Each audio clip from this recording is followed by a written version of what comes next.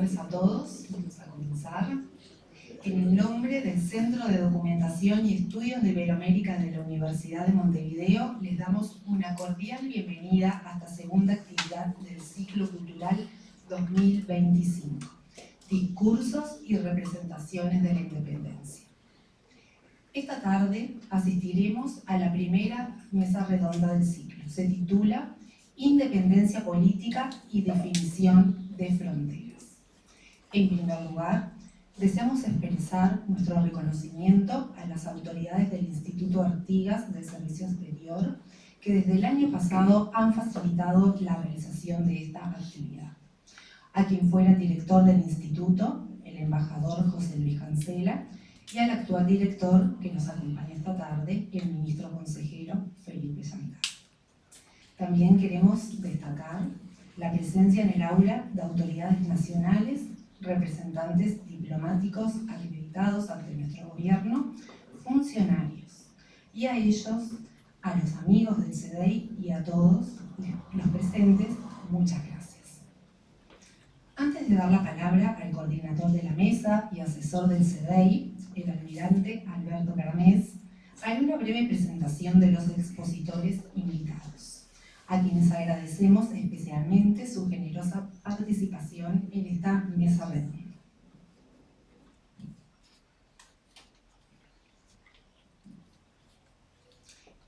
Edison González Lapeire es doctor en Derecho y Ciencias Sociales por la Facultad de Derecho de la Universidad de la República. Ha sido catedrático de Derecho Internacional Privado, Derecho Diplomático y Derecho Internacional Público en la misma institución. Fue profesor en el Comité Jurídico Interamericano y en la Academia de Derecho Internacional de La Haya. Se desempeñó como embajador ante la OEA y la República Dominicana. Participó como negociador en el Tratado del Río de la Plata y su Frente Marítimo en el año 1973 y en el Estatuto del Río de la Plata en 1975.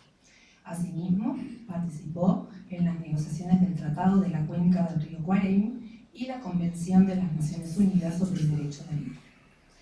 Es miembro del Instituto Histórico y Geográfico del Uruguay y correspondiente de la Real Academia de Historia en España.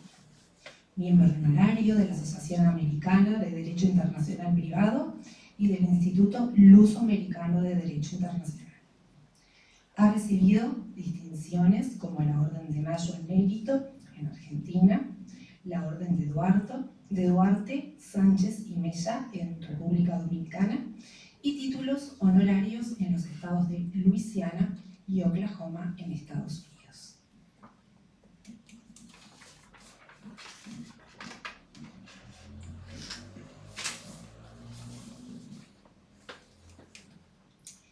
El contraalmirante retirado Daniel Núñez es licenciado en Sistemas Navales, egresado de la Escuela Naval. Posee una maestría en Dirección Estratégica de Recursos Humanos y Gestión del Conocimiento y un diploma en especialización en Estudios Polares de la Universidad Complutense de Madrid. Diplomado en el Estado Mayor Naval en Uruguay y Argentina. Diplomado del curso de mando en el Reino de España. Diplomado del curso de Altos Estudios Estratégicos para Oficiales Superiores Iberoamericanos del Ministerio de Defensa del Reino de España. Dirigió el programa de capacitación en liderazgo de la Armada.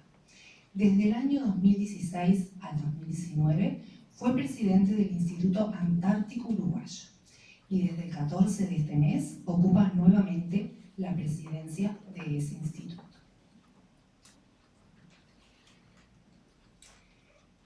El embajador Juan Carlos Ojeda es diplomático con más de 40 años de carrera en el Ministerio de Relaciones Exteriores.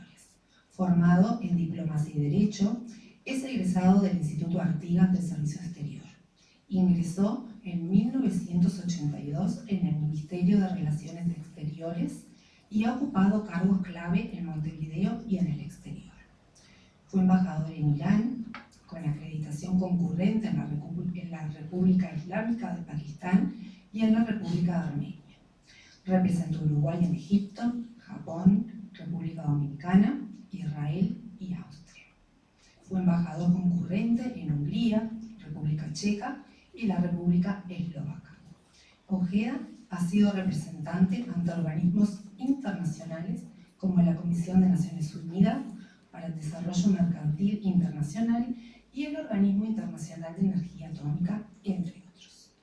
Desde marzo de 2025 se desempeña como subdirector general del área de Asuntos de Frontera, Límites y Marítimos del Ministerio de Relaciones Exteriores. Ahora sí, queda entonces en uso de la palabra Alberto Caranés.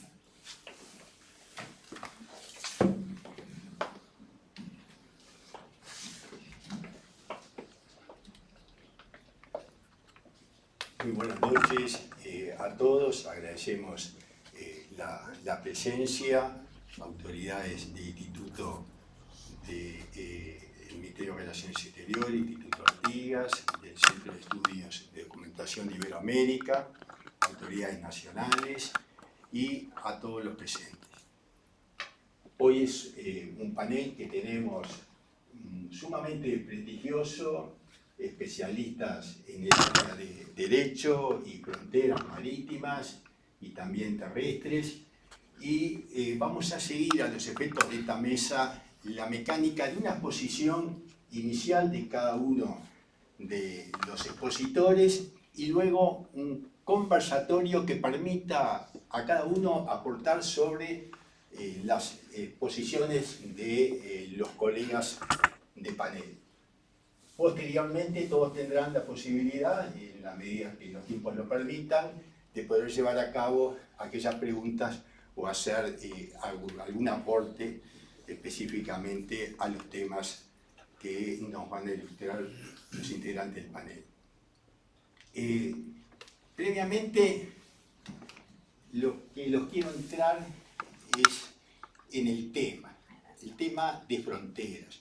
De fronteras justamente en estos 200 años que estamos conmemorando de la independencia de nuestro país.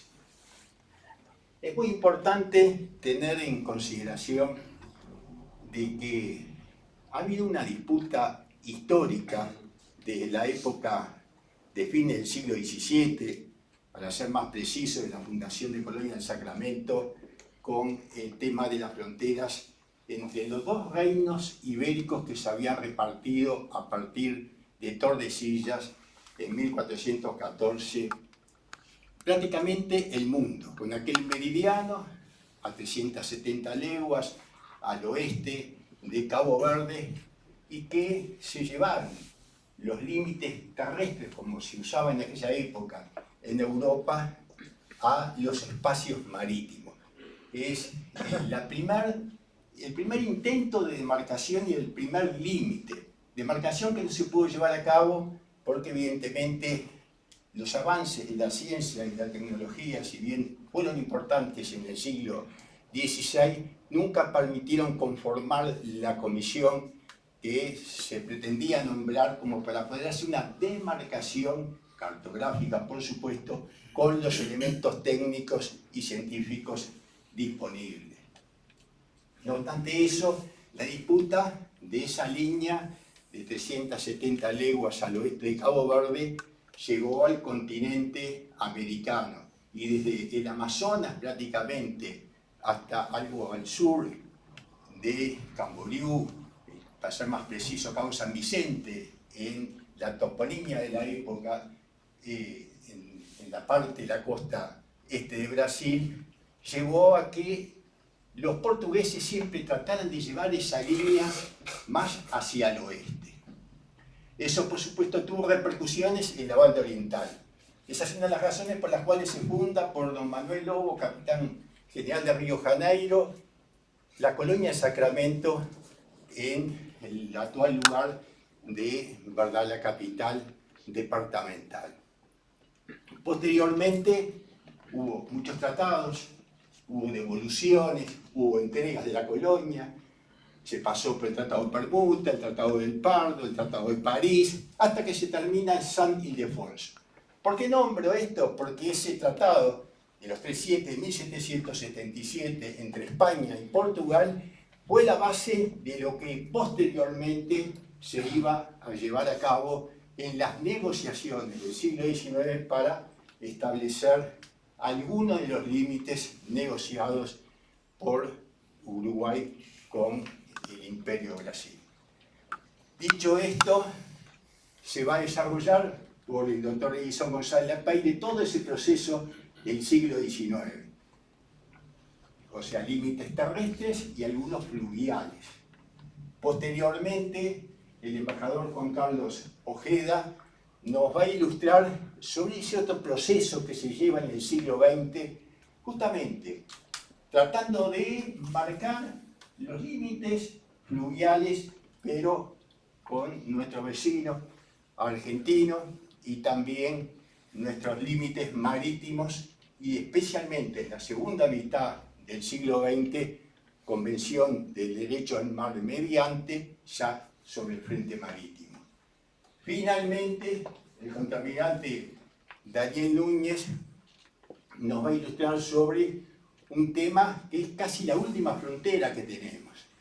Esa frontera antártica que está jugando desde que se fundó y se puso en vigor algunos años después, en 1961, el Tratado Antártico, y que posteriormente, a través del protocolo de cuidado del medio ambiente, que en el año 2048 va a cumplir sus 50 años, y en el cual posiblemente haya que ir con una estrategia país ante las posibles reclamaciones de las potencias con intereses para extraer y explotar los metales del continente blanco.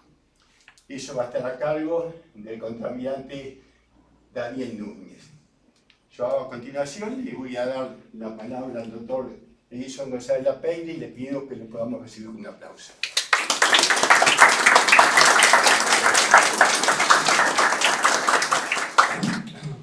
Quiero manifestar en primer lugar un profundo agradecimiento por el honor que se me ha conferido de hacer uso de la palabra en la tarde de hoy y expresar la emoción que para mí significa volver al Instituto Artigas del Servicio Exterior, a que ingresé como su director en el año 1971 y tuve el honor de recibir luego, en mi condición de director del Instituto Artigas, a personalidades notables de la cultura uruguaya. Más cerca. Entre esas personalidades destaco la del eximio filósofo y pensador uruguayo Alberto Ramón Ferrer, Héctor Grossespil, José Claudio Williman, Carlos Rendazúa, Sergio Abreu, Guillermo Perti, Carlos Quijano, figuras extraordinarias que vienen en este momento a laudarles a mi recuerdo y que obviamente dejo algunas por el camino. Tuve también el altísimo honor de promover con un enorme entusiasmo que el ingreso al servicio exterior en la República Oriental del Uruguay se realizara por concurso de oposición y méritos. Y tuve éxito. Por primera vez en la historia de la República Oriental del Uruguay se instaló un sistema de concursos de oposición y méritos para ingresar al último grado de servicio exterior de la República y fui presidente del primer tribunal que se realizó a esos efectos. Yendo a lo nuestro ahora, debo decirles que el surgimiento de nuestro país como Estado independiente se produce de una forma muy peculiar, yo diría casi excepcional, en el análisis de lo acontecido con la creación de los Estados nacionales en el siglo XVII y XVIII. Porque surge contra la voluntad de nuestros próceres y pueblos, porque surge sin un territorio delimitado y con la falta de un poder etático, aspectos que son fundamentales para definir lo que es un Estado independiente.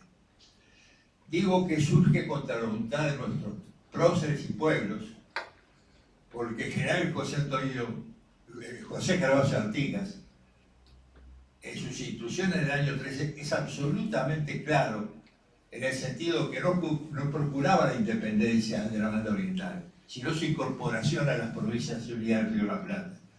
Y eso se ratifica después cuando le ofrecen la independencia Incluso el almirante Brown, por orden de Alvear, se traslada a la banda oriental para hablar con Artigas y le ofrece la independencia de este territorio a cambio de que él renunciara al protectorado de los pueblos libres. Y Artigas rechaza enfáticamente ese ofrecimiento. Pero además, cuando se inicia la cruzada libertadora después del dominio portugués y posteriormente brasileño, es claro el proceso que se va a iniciar para lograr lo que constituía la autonomía, el sistema de confederación o federalismo de Artigas. Porque cuando desembarca Juan Antonio Lavalleja en la playa de la Graciada, el 19 de abril de 1825, emite una proclama que llevaba impresa y que distribuye en las aldeas próximas al área, que decía textualmente: argentinos orientales, la gran nación argentina de la que formáis parte, tiene supremo interés de que sean libres. Y eso se ratifica después en el Acta de la Florida, del 25 de agosto de 1825, porque en la ley primera se declaran írritos, nulos y sin ningún valor los pactos arrancados por el invasor extranjero. Se refería primero al Imperio de Portugal y a partir de 1822 al Imperio del Brasil. Pero la ley segunda dice: y se resuelve la incorporación de la provincia oriental a las Provincias Unidas del Río de la Plata, porque esa es la auténtica decisión de los pueblos que la integran. Miren una cosa curiosa, interesante: se envían los delegados a Buenos Aires para solicitar la incorporación de la provincia oriental en la constituyente que estaba teniendo lugar en la capital argentina.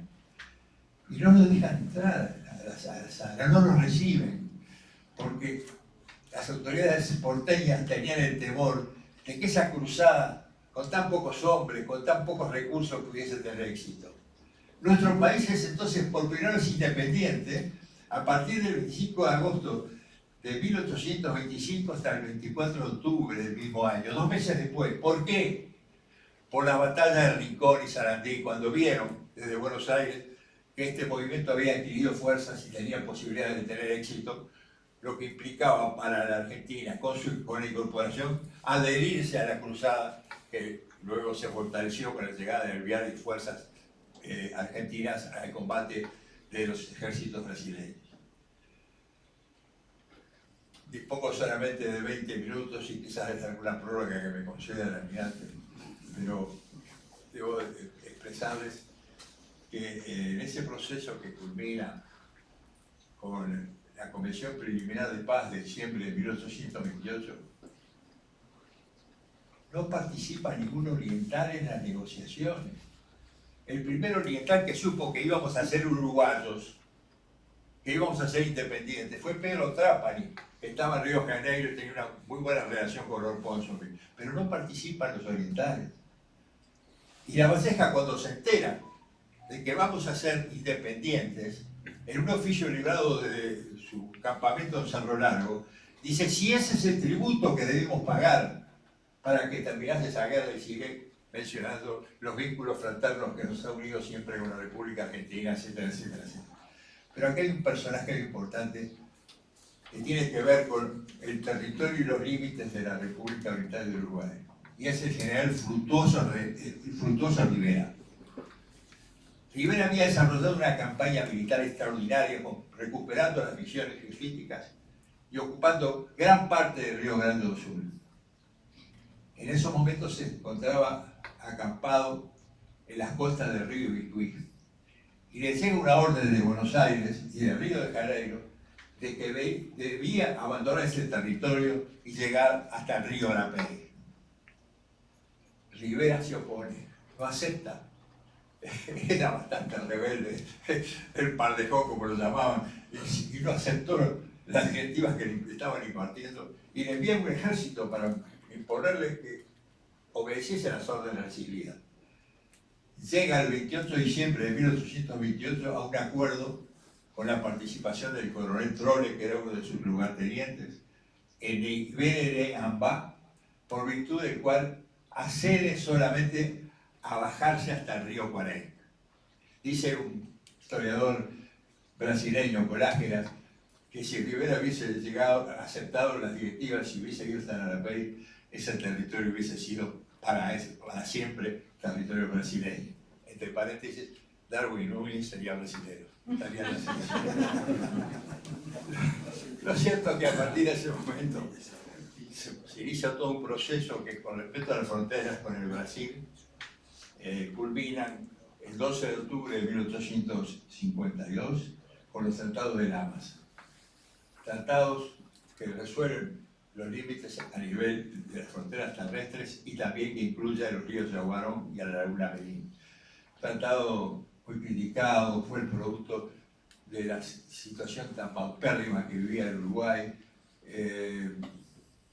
No se puede comprender por qué Lamas aceptó entregar el rincón de Artigas y admitió que en el río Yaguarón y en la laguna Merín el límite estuviese fijado por la costa seca. Es decir, que el Brasil quedó con jurisdicción plena en ese curso fluvial y en toda la laguna Merín. Eso se resuelve después, en 1909, con la participación del Barón del Río Branco. Pero teníamos después otros problemas muy difíciles de solucionar, en particular en el Río de la Plata. A principios del siglo XX se empiezan a producir una serie de sucesos que generaban fricción, que figuraban, diría yo, un distanciamiento entre ambos países, que generan, a través de la doctrina del canciller Estanislao Ceballos, que sostenía la tesis de la costa seca, reacciones muy airadas de parte de los uruguayos que avanzan en multitud hasta la embajada argentina, tirando piedras, insultando, y la Armada Argentina haciendo maniobras frente a la playa de Pocitos con tono intimidatorio. Después hay un largo proceso que culmina con la participación en ese ambiente tan ríspido que regía las relaciones entre los pueblos de Plata, de una figura excepcional que les recomiendo atender. Yo escribí un ensayo que está publicado en la revista del Instituto Histórico y Geográfico, que es la de Roque Sáenz Peña. Se llama el político, el diplomático, el jurista y el héroe romántico. A las damas le va a cantar la parte del héroe romántico. Lo cierto es que Roque Sáenz Peña se traslada al Uruguay porque quería mucho a nuestro país, había sido embajador en los años 1888 y 1889, figura descollante en el Congreso Sudamericano de Derecho Internacional Privado, juntamente con Gonzalo Ramírez, con el cual había hecho amistad, y celebran el acuerdo denominado Protocolo Ramírez-Sáenz Peña en enero de 1910, que estableció un statu quo en el Río de la Plata. Pero posteriormente hubieron una enorme cantidad de tentativas de solucionarse. Se insistía que la Argentina quería que el límite estuviese en la vaguada, en el Tarhue, en el canal más profundo. Uruguay sostenía el criterio de la línea media. Se producen una serie de conflictos que no puedo enumerar por la brevedad del plazo que pongo para exponer.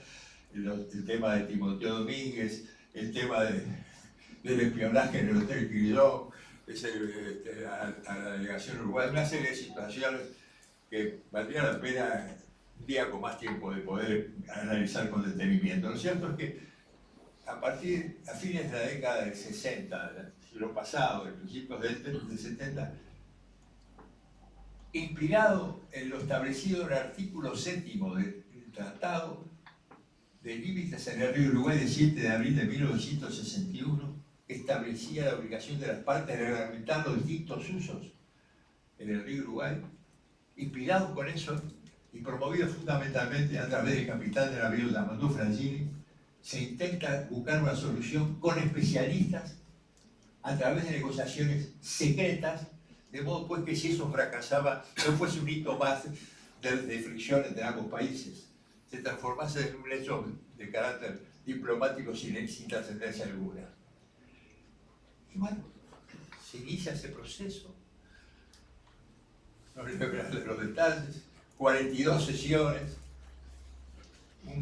Se alcanza un tratado que tiene 92 artículos, un verdadero estatuto que comprende no solamente el Río de la Plata, sino el frente oceánico, estableciendo una zona común de pesca.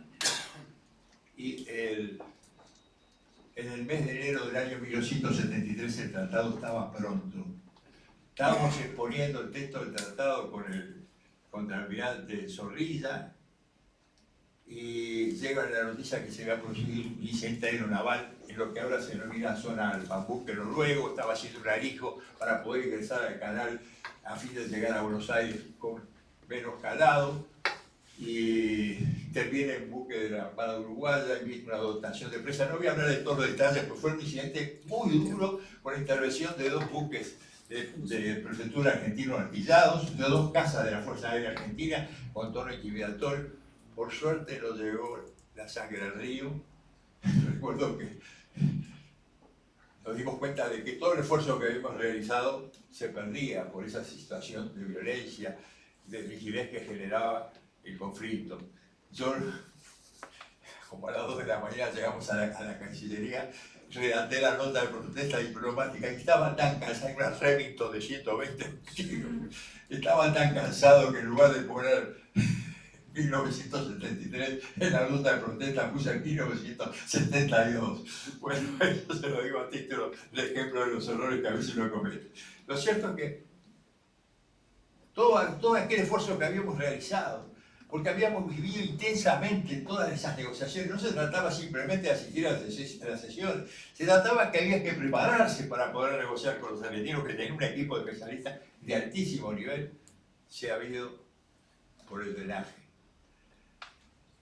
Yo estaba en julio del año 1973 integrando la Comisión Especial de Naciones Unidas para la Prevención del Terrorismo, era el relator de esa comisión, y me avisan que tenía que trasladarme el día siguiente a Buenos Aires. Les hago un paréntesis. Nunca había llevado a mi esposa a un viaje importante.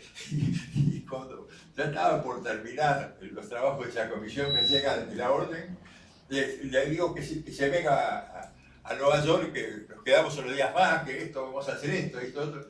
Me llega la orden de viajar el día siguiente a Buenos Aires. En pleno invierno la ropa que teníamos era de verano. Llegamos con mi señora. Sí, llegó a Nueva York mi esposa Graciela y fuimos a ver las croquetas Radio City y al día siguiente tomamos el avión para Buenos Aires. Llegó al Palacio San Martín y ¿qué había sucedido?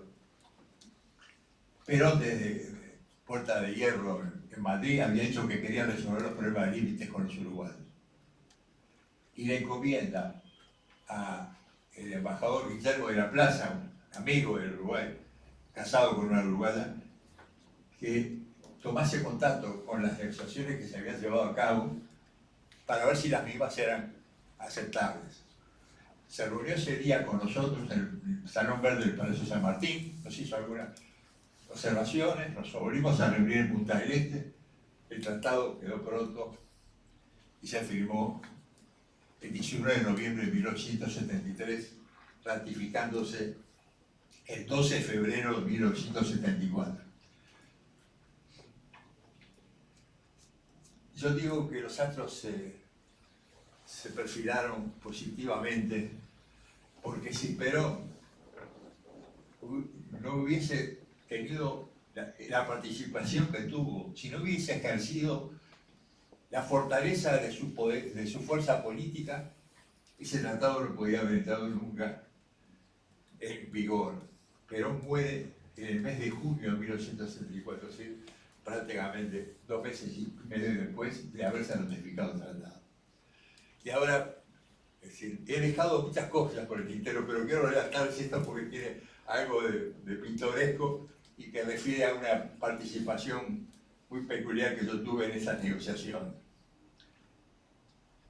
Se firma el tratado, volver a la vida normal. En mi caso yo había abandonado mi estudio, dependía del sueldo del ministerio, que era malo como es ahora. Y tenía mis hijos chicos, pero estaba contento, había tenido la suerte, el honor de participar en un evento tanto trascendente. Y el profesor Pibel Devoto publica en el semanario Marcha, cuyo director tenemos acá, un óleo que nos representa, el doctor Carlos Quijano, diciéndome las barbaridades más grandes que se pueden decir. ¿Por qué? Porque nosotros habíamos publicado para los estudiantes, con el doctor Lupinazzi, que era otro de los negociadores, un trabajo explicando cómo era el tratado, y yo me había referido a un tema que había sido principal protagonista, que era el tema de Martín García.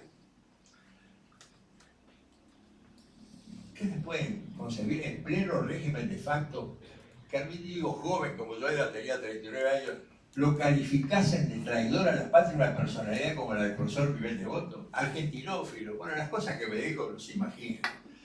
Yo le contesté en el diario El Día, diciendo que siempre había admirado la trayectoria del ilustre historiador uruguayo, una figura política de una integridad intachable, que no podía aceptar, sino con mucha pena, que en un tema de interés nacional bajase al terreno del insulto y del agravio.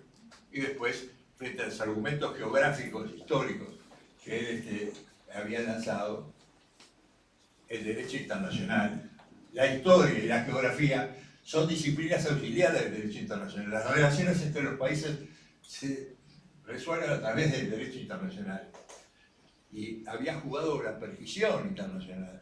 Nuestro país había entregado la isla Martín García en enero del año 1852 por disposición del presidente provisional Bernardo Prudencio Berna. No habíamos hecho nada para interrumpir la perquisión internacional. La Corte Internacional de Justicia, en el caso de los islotes de Creso y Menquier, estableció claramente que la perquisión internacional juega un rol muy importante. Debería haber sido interrumpida. Lo mismo en el caso de la isla de Palma. Paz Huber, que fue el árbitro, consideró que 50 años era suficiente para proscribir un territorio determinado. ¿Qué había pasado? Y acá termino el cuento. Es decir, en determinado momento me llama el canciller, el doctor José Antonio Morotero, una figura descomunal de la diplomacia uruguaya, daría para hablar muchísimo de él. Y dice: González Lapey, ¿cómo van las negociaciones? Yo, mire, ministro, estamos sorprendidos de cómo estamos avanzando. Hemos alcanzado logros y acuerdos que no habíamos imaginado que se podían obtener de la manera que se obtuvieron. Estamos elaborando un estatuto, le di las características, y me dice Morotero: si recuperamos Martín García, digo, canciller, si esas condiciones sine qua non para tener un tratado de límites en el Río de la Plata, en el frente oceánico, bajemos la cortina y olvidémonos de este asunto. La Argentina no lo puede aceptar. Hace 120 años que están ocupando ese territorio. Allí nacieron y murieron miles de argentinos. Estuvieron presos Perón, Alvear, Frondizi. El derecho internacional los ampara. ¿Y cómo podemos salir de esto? Me dice. ¿Qué solución? Mire lo que me está diciendo usted. Digo, bueno, a mí se me ocurrió que la solución que podía dar el tratado es la siguiente: ubicar la isla Martín García y Timoteo Domínguez, un islote que había surgido unos 800 metros, en aguas orientales, en aguas uruguayas. Todo lo que acceda por anexión, los sedimentos que se arrastran el Río de la Plata sobre Martín García, van a ser de soberanía uruguaya, porque la dejamos perfilada en los límites que tiene la Carta H-118 del año 1972. Todo lo que acceda a eso va a ser de soberanía total uruguaya. Y a la Argentina le reconocemos la jurisdicción de protección de la flora y la fauna. Y además instalamos allá la Comisión Administradora del Río de la Plata con la particularidad de que en un régimen de inviolabilidad diplomática se van a alzar las dos banderas. Bueno, mire, pará, a eso voy a consultar al presidente Pacheco Areco. Lo cierto es que a los pocos días me dice: el presidente está de acuerdo, debe para adelante. Lo planteó a mi delegación, estaban de acuerdo, lo negociamos con los argentinos y quedó en el tratado. De allí, y cuando hacemos esa publicación, el que explica cuál era la solución que se le había dado en el tratado a Martín García fui yo. Yo tenía cierta responsabilidad porque había sido un poco el que había generado esa iniciativa que en definitiva se concretó. Lo cierto es que intercambio de notas, Pimentel Devoto en marcha, yo en el diario El Día, él en un tenor muy agresivo, yo en un tenor diplomático y más moderado, pero dando argumentos muy sólidos, que corresponden al derecho internacional. La cosa se fue diluyendo, pero yo sabía que Pimentel Devoto no había quedado conforme conmigo, imagínense, era un hombre muy duro. Y bueno, para terminar, creo que he pasado de la hora. Fíjense las cosas de la vida. Eso fue en diciembre y enero del año 1973. En el año 1990 yo presidía la delegación uruguaya ante la Comisión Administradora de Río de la Plata. Y se efectuaba un acto en la sede de la comisión en la isla Martín García. Un canje de notas reversales entre el canciller Grosespil y el canciller Cavallo de la República Argentina. Llega el avión con Cavallo y su comitiva, lo recibe la delegación argentina y lo acompaña hasta la sede de la CAR, que está muy próxima al aeródromo, y llega el avión uruguayo, de la Fuerza Aérea Uruguaya, con el canciller Grosespil y su comitiva. Yo saludo al canciller y veo que el piloto del avión era un amigo mío. Digo, mire, acompañe al canciller y a su comitiva hasta la sede, yo saludo al comandante del avión y enseguida voy para allá. Estaba así esperando, y se abre, veo la portezuela del avión, aparece el pibete de voz. Se había dormido. Y cuando se despertó, que se le había ido la comitiva. Yo estaba esperando al comandante del avión. Y él estaba así, ¿cómo está este amigo? Yo estaba acá. Y él me miraba a mí, yo lo miraba a él. Y bueno, después de algunos segundos de reflexión, fui y lo agarré entre los brazos como un bebé.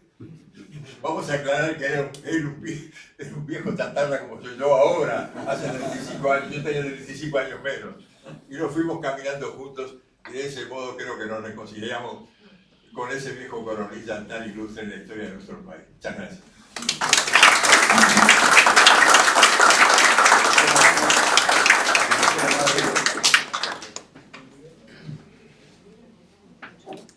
Bueno, muchas gracias, doctor José Freire. Le damos la palabra al embajador Juan Carlos Ojeda.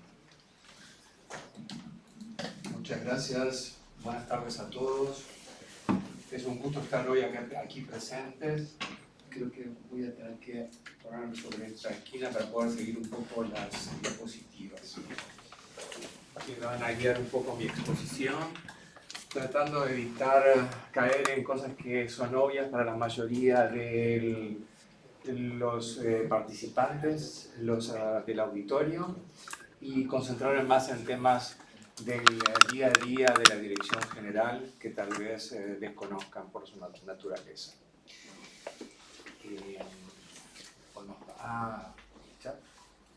Lo tenemos por acá. Bien. Bueno, sin embargo vamos a entrar también rápidamente en cuáles son los espacios marítimos y en la Convención de Naciones Unidas sobre Derecho del Mar del 1982, un cuerpo jurídico muy importante, uno de los acuerdos más importantes tal vez del siglo pasado, que trata y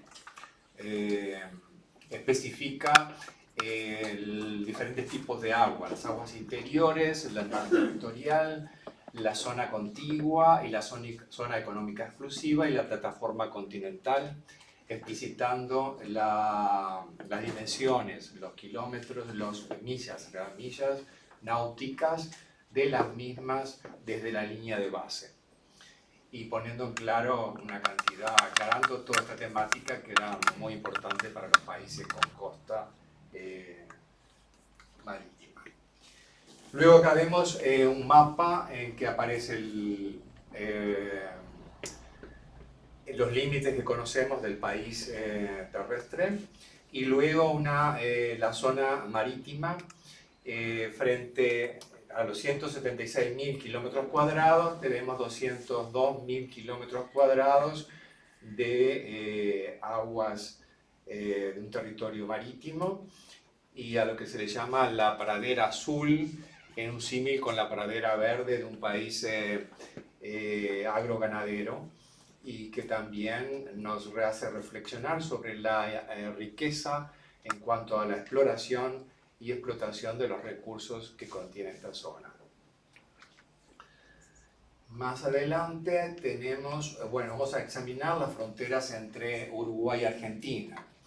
Las mismas fueron trazadas mediante dos acuerdos: el Tratado del Río Uruguay de 1961 y el Tratado del Río de la Plata y su Frente Marítimo de 1973. y con ellos, mediante estos acuerdos, se delimitan 826 kilómetros, 500 y pico de kilómetros en el río Uruguay y 320 en el río de la Plata. O sea, básicamente es una frontera fluvial marítima, a excepción de la isla Martín García y Timoteo Domínguez. Acá vamos a hablar entonces un poquito del río Uruguay. Como ustedes bien saben, ahí tenemos el río Uruguay en forma horizontal, por eso tal vez cueste verlo. Pero bueno, los negociadores se pusieron de acuerdo para delimitar el mismo, dividiendo el río Uruguay en 4 segmentos y utilizando diferentes criterios según el segmento para optar entre la línea media o el canal de navegación más profundo o talway.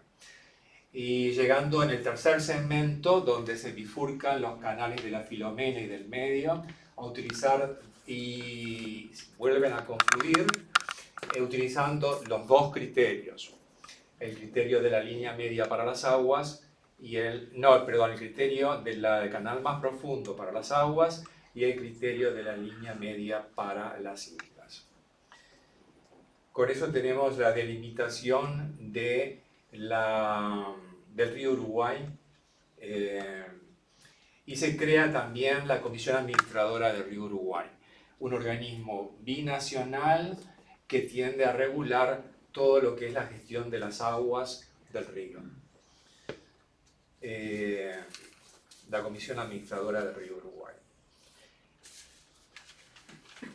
Como sabemos, el río Uruguay forma parte también de lo que se llama la hidrovía Paraguay-Paraná, un sistema hídrico de más de 3.000 kilómetros que beneficia o transcurre a través de Argentina, Brasil, Bolivia, Paraguay y Uruguay, que es de suma importancia para sacar mercaderías producidas por estos países a través del río mediante un sistema de transporte relativamente más económico que cualquier otro y también económicamente, más amistoso con el medio ambiente. Y bueno, sí, Uruguay básicamente se beneficia en el extremo final. Eso va desde Puerto Cáceres hasta Nueva Palmira y ahí es en Nueva Palmira que se reciben los convoyes y cuya carga es transportada a buques de mayor calado. Uruguay es muy activo en la hidrovía. Ahora mismo estamos negociando, estuvimos en la última reunión del Comité Intergubernamental de la Hidrovía en Brasilia y somos el país coordinador del Grupo Séptimo destinado a regular el tamaño máximo de los convoyes. Un tema muy importante porque si se reduce ese tamaño, las empresas se ven obligadas a dejar partes del convoy en puertos, especialmente en el tramo San Lorenzo, el tramo que comienza en San Lorenzo, y eso trae gastos muy importantes para las empresas armadoras y que finalmente termina encarando los productos del consumidor. También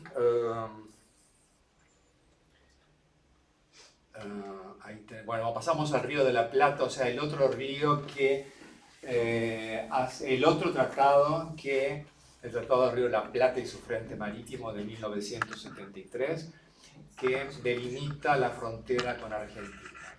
En el Tratado del Río de la Plata se parte de la fijación del límite del Río de la Plata mediante lo que todos sabemos, la línea imaginaria que une Punta del Este con Punta Rasa en el Cabo San Antonio, y las aguas más arriba son consideradas aguas interiores. Con eso, se aseguran los dos países del aprovechamiento de las aguas, la pesca y demás recursos de las mismas. Y también mediante este tratado es que se crean dos comisiones, la Comisión Administradora del Río de la Plata, la CARP, y la Comisión Técnico Mixta, también técnico mixta del Río de la Plata. No, la Comisión Técnico Mixta del Frente Marítimo. Seguimos para qué está pasando. Básicamente se recogen algunas... Bueno, dijimos que se creaba mediante este tratado dos comisiones administradoras de las aguas. Una es la CARP y la otra es la Comisión Técnico Mixta del Frente Marítimo. Nos estamos repitiendo, parece. Y acá vemos en este plano, en este mapa muy simplificado, el espejo de aguas, el Río de la Plata, la zona de pesca común y lo que significa, bueno, la importancia que tiene este espejo de aguas. Es así que estas comisiones regulan, si vamos por ejemplo a la CARP, el tema es muy importante, el tema del dragado, de los canales que llegan a puertos, el canal de Martín García, el canal que llega al puerto de Montevideo, la profundización, todos sabemos las negociaciones, lo largo y tedioso de las negociaciones que se han mantenido con Argentina para llegar a un acuerdo en cuanto a la profundización y el dragado de estos canales, la importancia que tiene en cuanto a que se compadezcan con el canal de navegación principal que transcurre y que es mantenido por Argentina, porque de lo contrario, si un barco puede navegar por ese canal, pero no puede acceder a la costa uruguaya, ya estamos perdiendo.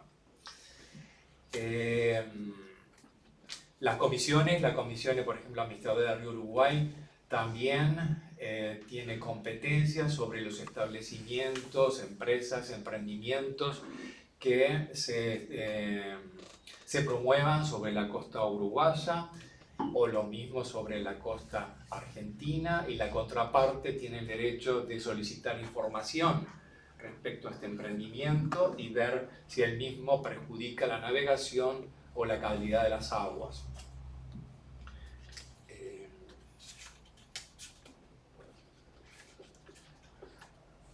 Pasamos, bueno, sobre estos espejos de aguas también es muy importante, seguimos acá, también considerar que hay,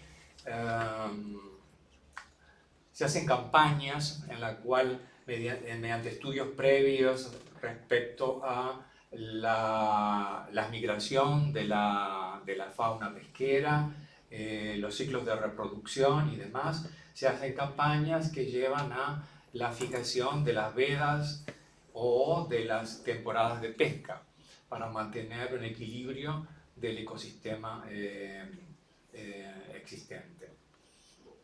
También se realizan, no lo conocía hasta no incorporarme hace 2 meses en la Dirección General, se autorizan en la Dirección General mediante una comisión interinstitucional las campañas de investigación científica en las aguas jurisdiccionales uruguayas, y el decreto, que es un decreto relativamente nuevo, el decreto 2 del año 2022, prevé que el Estado tenga a bordo por lo menos tres operadores y científicos, y que se beneficie también de los resultados de la campaña científica, de la investigación, cuyos resultados deben ser vertidos o devueltos, entregados al país, no más allá de 1 mes de realizada la campaña.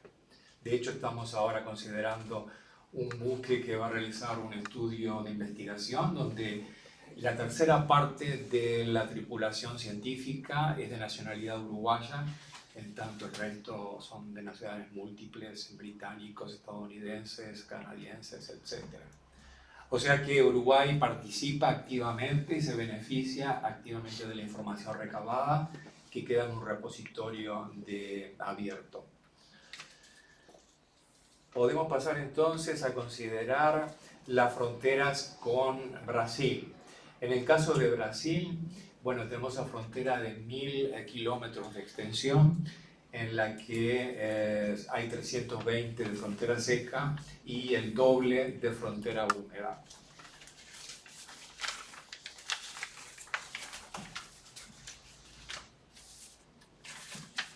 Pasamos a la siguiente slide, siguiente diapositiva, y vemos ahí algo que, bueno, dos espejos de aguas muy importantes, la laguna Merín y la laguna de los Patos, que llega a inspirar a ambos países a trabajar en una hidrovía.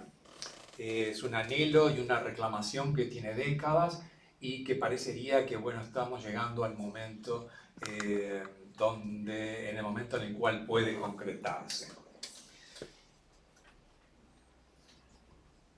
Ello permitiría la salida por el Océano Atlántico de mercancía a través de la hidrovía Uruguay-Brasil, a través de los ríos que desembocan la cuenca de la laguna Merín, atravesando la laguna Merín, luego el canal San Gonzalo, finalmente la laguna de los Patos y luego el puerto de Río Grande. Por acá tenemos ¿qué pasó?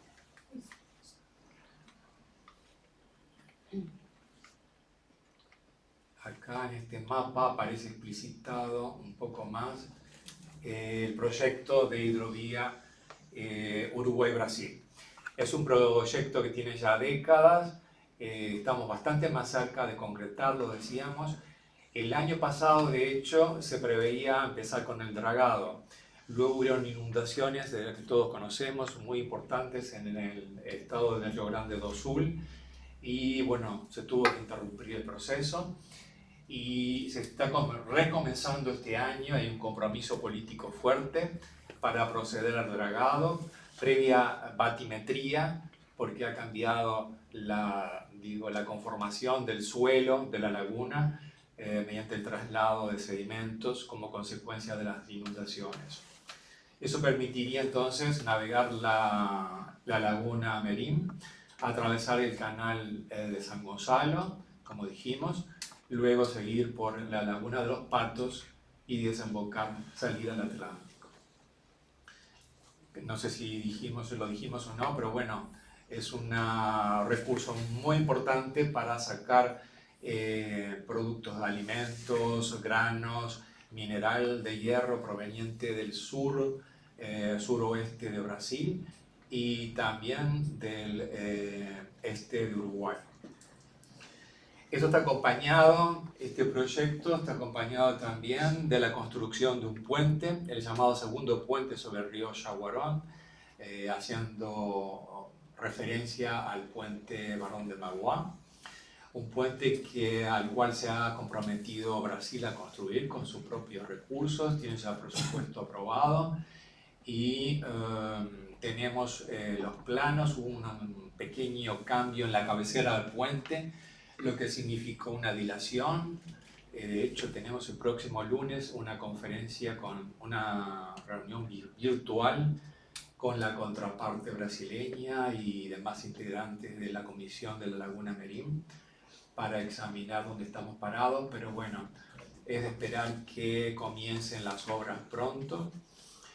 Uruguay tenía que, bueno, con ese cambio en la cabecera del puente, tiene que volver a estudiar si no cae fuera de las propiedades expropiadas, siempre requiere una autorización ambiental y demás. Uruguay se compromete a construir los accesos al puente y un ASI para pasajeros del lado de Uruguay, un ASI de carga sobre el lado brasilero.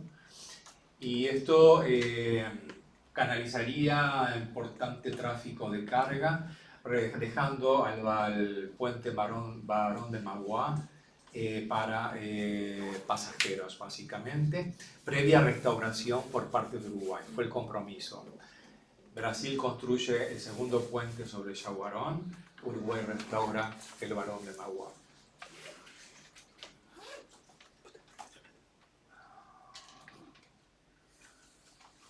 O sea que vemos que en la frontera hay desarrollos de cantidad de proyectos que son conjuntos que tienden a potenciar la actividad. Esto incrementaría, digo, el tráfico, favorecería la economía de los dos países en la zona. Más al norte tenemos, pero ya frontera seca, estoy saliendo un poco del tema, pero también en la ciudad de Rivera Libramento, un proyecto de un parque tecnológico binacional que viene un poco a formalizar los contactos que hay hoy por hoy un poquito entre los institutos universitarios y que también tendría un fuerte impulso y promovería empleo, capacitación y demás en la zona de Rivera Libramento. Y así hay muchas otras iniciativas. Tenemos un acuerdo muy amplio que comprende diferentes áreas, entre ellas áreas de salud. Y bueno, y la idea es tratar de aterrizar un poco ese acuerdo para que sea de provecho de la población que habita en la frontera. Lo mismo tenemos con Argentina, explícitamente de salud. Bueno, pasamos entonces tal vez a ver, acá estamos en lo mismo. A la plataforma continental definida por la CONVEMAR, la Convención de Naciones Unidas sobre el Derecho del Mar, una extensión que va desde las 200 a 350 millas marinas y donde el Estado ribereño ejerce derechos soberanos en cuanto a exploración y explotación.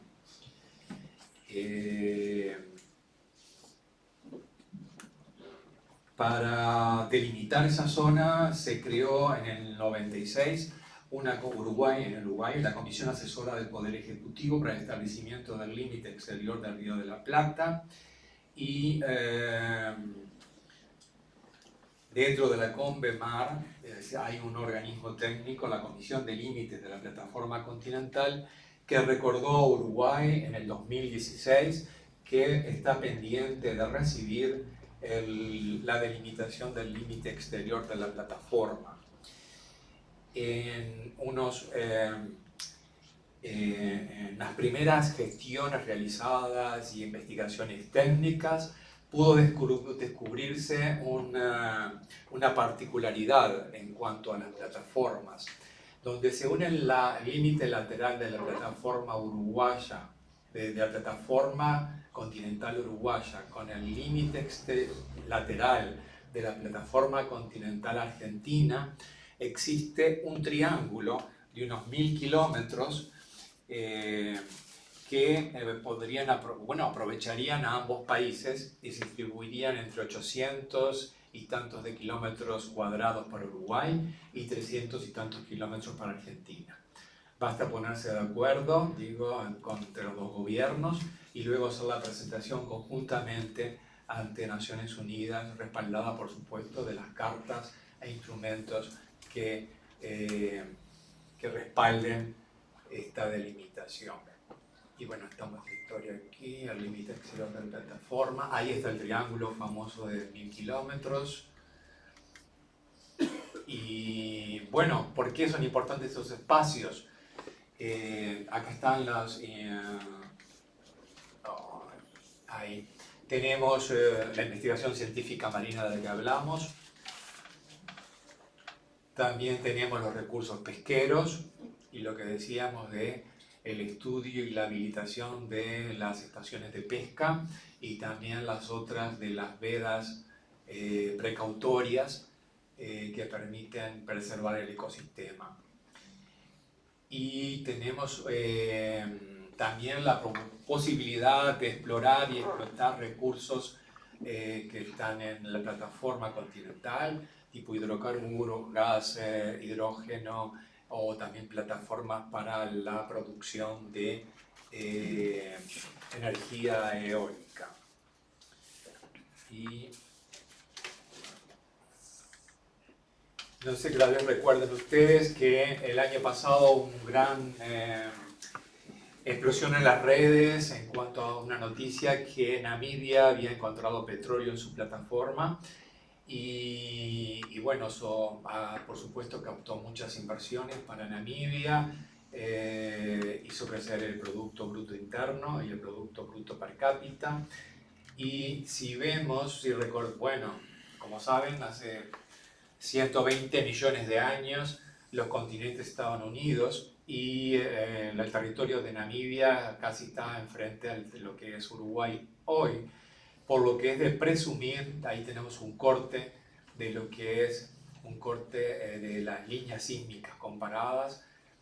Si hay algún tipo de yacimientos en Namibia, es posible pensar que lo mismo suceda del lado uruguayo. Como consecuencia de ello se pusieron a licitación 7 lotes en 7 áreas y están todas concedidas. Bueno, como ven ahí son las empresas de prospección y exploración de petróleo más importantes. Bueno, veremos qué es lo que pasa, ¿no? Y bueno, creo que esto es todo. Como verán, traté de mostrar algo que comprendí, que estoy aprendiendo. Realmente llevo 2 años y poco en esta dirección general. Es que los límites no solamente sirven para dividir dos países, para marcar las fronteras entre 2 países y establecer sus respectivas soberanías, sino que muchas veces ayudan, mediante la cooperación entre los 2 países, sirven para el desarrollo de las áreas de frontera, cuyo desarrollo normalmente no está a la altura del resto de los países. O sea que son en realidad disparadores de un desarrollo económico-social que precisan los países en el área de frontera. Muchas gracias a todos.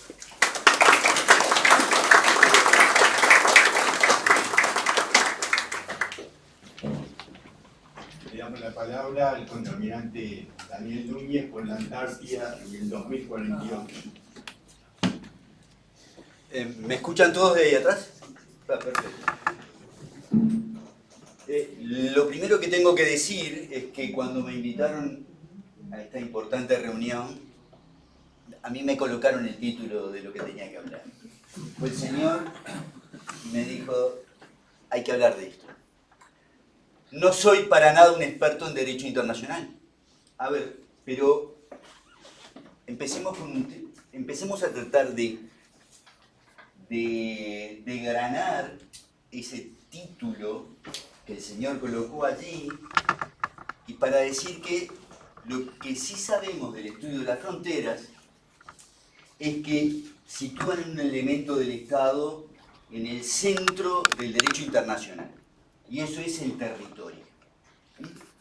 Es una línea en la cual, bueno, el Estado es competente, tiene sus responsabilidades y demás. Por favor, todo lo que estoy diciendo en esta introducción, luego yo lo voy a ir aproximando al tema de la Antártida, porque venimos de diferentes ramas, venimos de diferentes lugares, y yo no sé qué aproximación tiene cada uno de ustedes al conocimiento de la Antártida hoy, o cómo están las cosas. Como la Antártida es como la frontera es una creación humana, como creación humana pega en el orden de lo psicológico. Siempre fue así a través de la historia. Nosotros nos hacemos mapas mentales de lo que debería ser nuestro país. Las fronteras son vivas, nos han demostrado la historia, que los estados han tratado como un organismo vivo de ampliarse, de reproducirse, de expandirse. Así que, muy posiblemente, si yo les preguntara a ustedes si tenemos fronteras en la Antártida, cada uno de ustedes tendría una opinión al respecto. Algunos creen que por simplemente estar ahí, tener bases y poner la bandera del país, bueno, tenemos derechos o tenemos territorio, que en realidad, desde ya les digo que no es así, que no tenemos. En el medio de esta historia aterriza la geopolítica.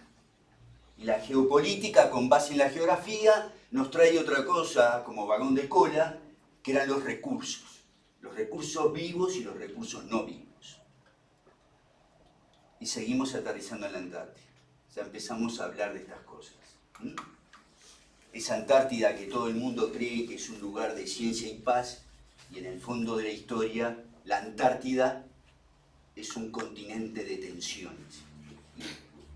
Y cuanto más lleguemos a determinados límites, como el que mencionó el almirante del 2048, que es una instancia que luego podemos ampliarnos, yo no quiero abrumarlos con información, son 10 diapositivas muy simples, y la Antártida da para que veamos algo visual, ¿verdad?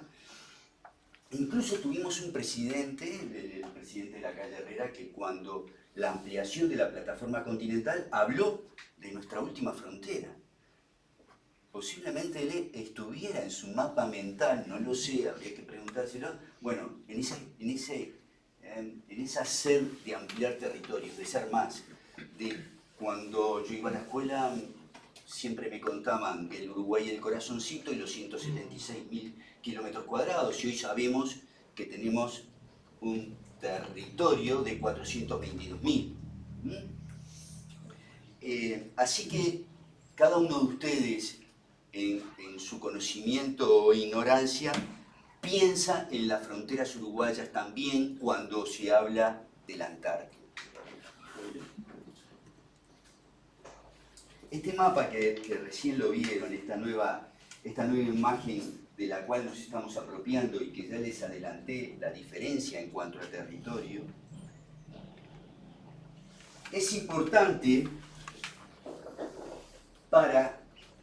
nos ubica, esa proyección que fue hacia el mar con la plataforma continental y todo lo demás, nos ubica a 3.100 kilómetros de donde tenemos nuestras dos principales estaciones en la Antártida. La base científica antártica Artigas, en la isla 25 de Mayo, o Rey Jorge, y la estación científica Ruperto Iriche Olivetti en el continente.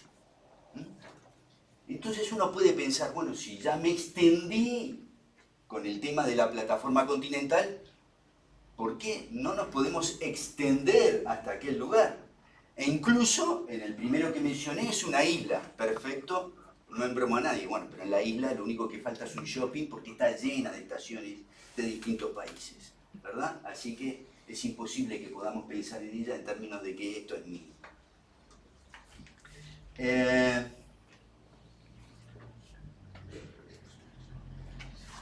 Esta es una fotografía de la base Artigas.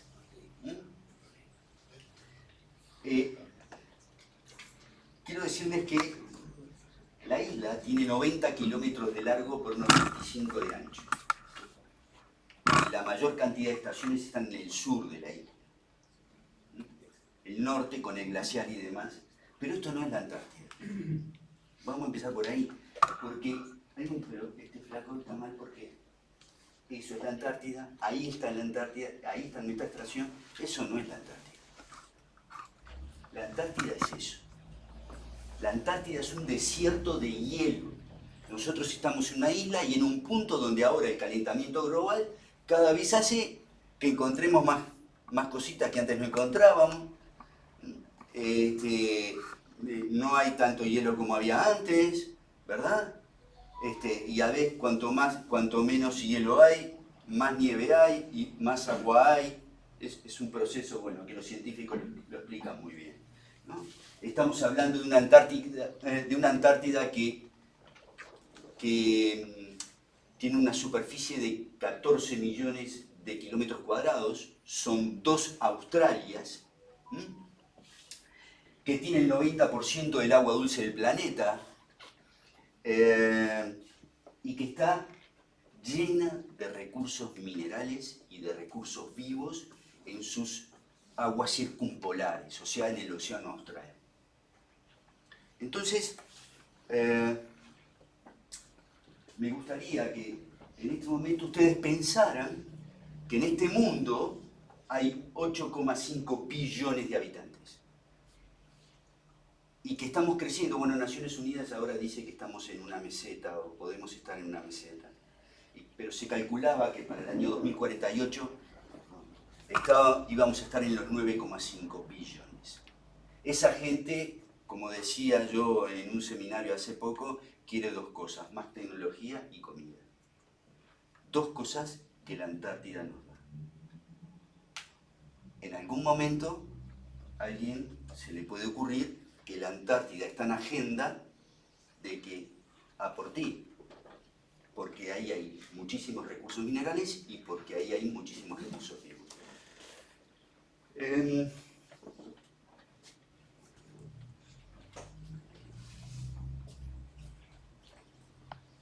Y ahora empezamos a hablar si a nosotros nos corresponde territorio o no. Lo que nosotros sí sabemos, que entró en vigencia en 1961 el Tratado Antártico, donde había únicamente 12 signatarios originales. Los 12 países que habían intervenido en el Año Geofísico Internacional, en el 58 y 59, ¿verdad? Que habían hecho mucha ciencia, habían hecho muchas investigaciones.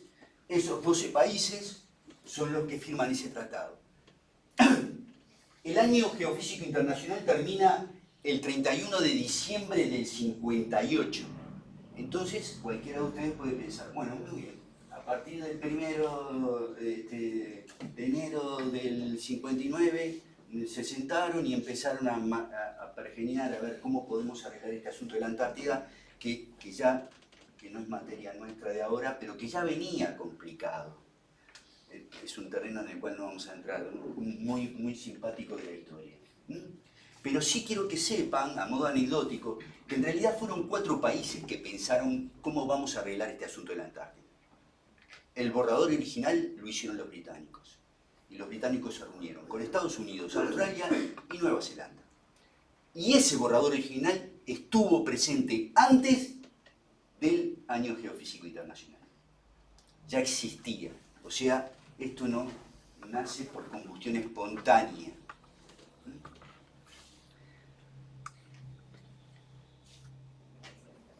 Pero lo interesante, y acá vamos al tema de soberanía, es que se escriben estas cosas, como en el artículo 4. Ningún acto o actividad que se lleve a cabo mientras el presente tratado se halla en vigencia, tengan en cuenta esto. Mientras el presente tratado se halla en vigencia. Para nosotros, para Uruguay, el Tratado Antártico es sacrosanto. Constituirá fundamento para hacer valer, apoyar o negar una reclamación de soberanía territorial en la Antártida. Prohibición de nuevos reclamos territoriales mientras el tratado esté en vigencia. No se harán nuevas reclamaciones, ni se hablarán reclamaciones anteriormente hechas valer. O sea, que el tema de la soberanía no va por lo que está ahí escrito, ¿verdad? Bien, perfecto. Pero el tema de la soberanía sí va, porque 7 de los países, de los 12 países signatarios originales del tratado, 7 son reclamantes de territorio. Ahí tienen ustedes repartido por sectores, quienes reclaman cada sector. Y vieron lo curioso, que ahí hay una libre de reclamos, dice, es la tierra de Mary Bird, que en principio la estaban reclamando los americanos y después está, ok, no reclamamos nada. Los americanos y los rusos, signatarios originales, no reclaman territorio, pero se reservan los derechos, como nosotros nos reservamos también los derechos que nos pudieran corresponder por el derecho internacional. Si este tratado sigue, bueno, luego, por otros caminos. Entonces, perdón, porque yo también tengo citas.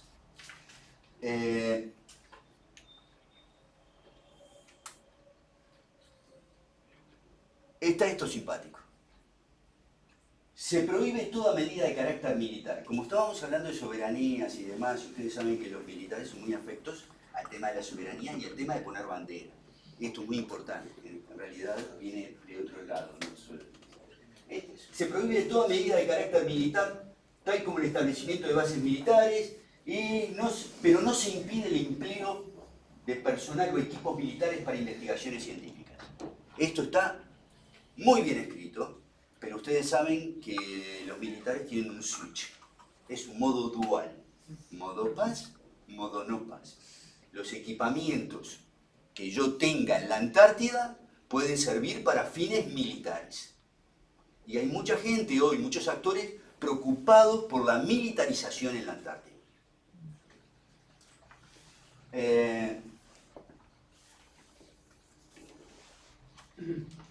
Ahí ustedes ven una cantidad de puntitos y dice 32 estaciones de estado reclamante, 19 permanentes, 45 estaciones. Si suman, da 77. Es falso. Hay 78. Porque, en este punto de aquí, China hizo su quinta base, que aún no tiene nombre, pero ya empieza a funcionar.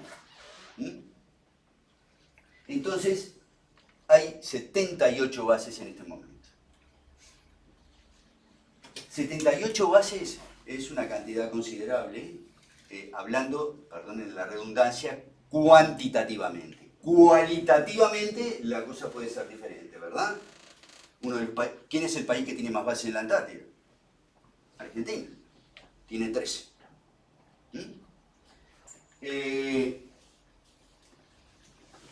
En la Antártida, solo en la península antártica, en el invierno, entre la gente que se queda, que son el staff o las dotaciones de las bases, más los científicos que se puedan quedar, llegan a la cifra de 1457. Es una cifra muy exigua para la cantidad de bases que hay en la península antártica, pero sepan ustedes que en el verano la cifra se dispara y se multiplica en más por 10. De más por 10.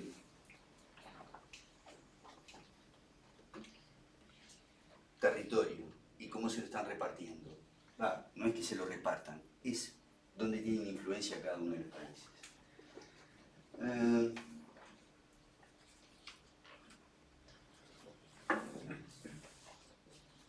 Así que, de acuerdo a la Política Nacional de Defensa, la Antártida es un interés nacional.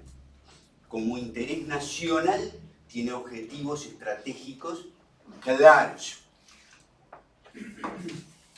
El asunto es que hemos escuchado siempre y correctamente por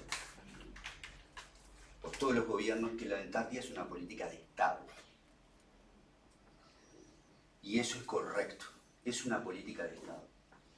Nuestro problema, y acá me voy a extender un poco, a ver, quiero hacer un paréntesis.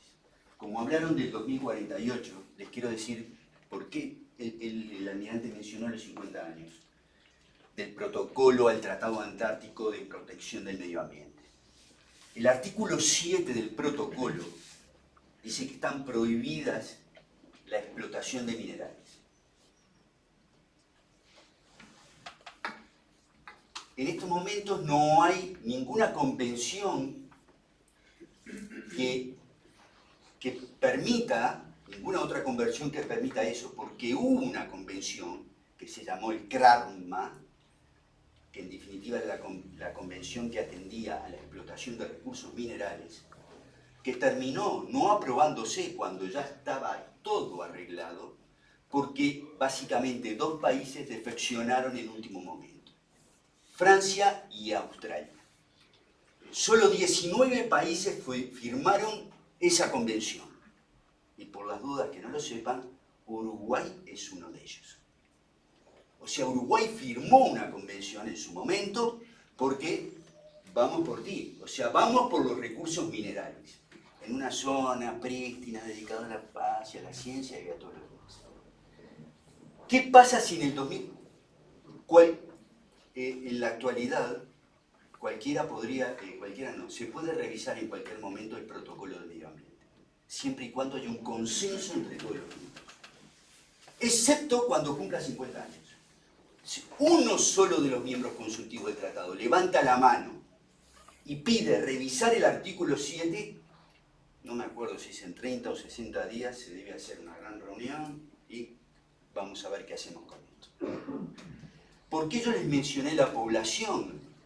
Si la población pedía tecnología y comida, y si hay mucha en el territorio continental de la Antártida y hay mucha en las aguas circumpolares, bueno, puede ser un objetivo. No conozco información de que haya tierras raras en la Antártida, sin muchos otros minerales. Pero a ver, lo que sí estoy conociendo es lo mismo que ustedes cuando abrimos el diario. No importa qué opinión tengan ustedes del presidente de los Estados Unidos, lo que importa es que cuando dice Groenlandia, está hablando de tierras raras. Cuando dice Groenlandia está hablando de minerales y cuando dice Groenlandia está hablando de estrategia militar.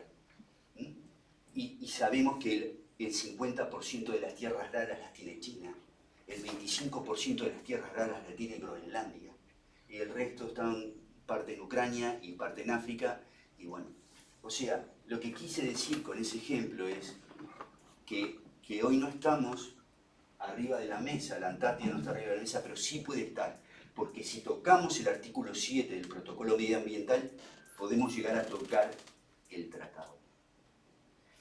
Y siempre, en todos los lugares, mientras el tratado esté vigente.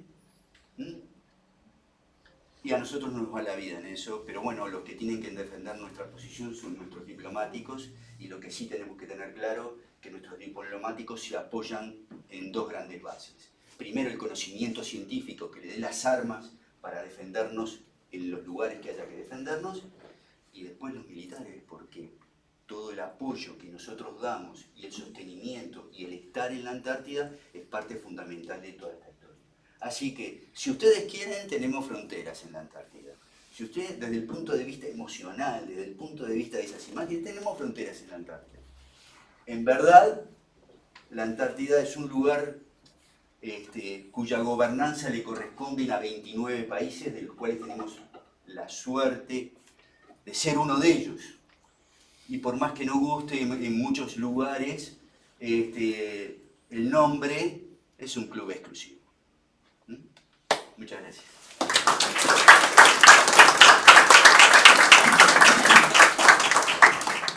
Bueno, estamos algo excedidos en el horario.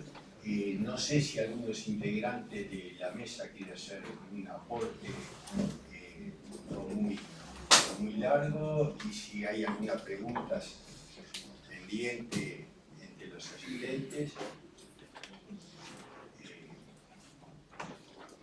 ¿Algún aporte sobre las exposiciones de cada uno?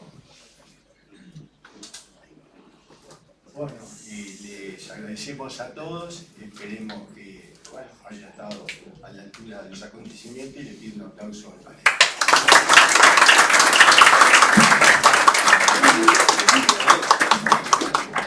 Antes de terminar, quiero hacerles una invitación, agradecerles a todos los presentes por haber asistido a esta charla y invitarlos a la segunda mesa redonda de este ciclo cultural, que será el próximo jueves 12 de junio en la Universidad de Montevideo. Vamos a escuchar las exposiciones sobre iglesias, estados independientes en Uruguay. Muchas gracias y buenas noches.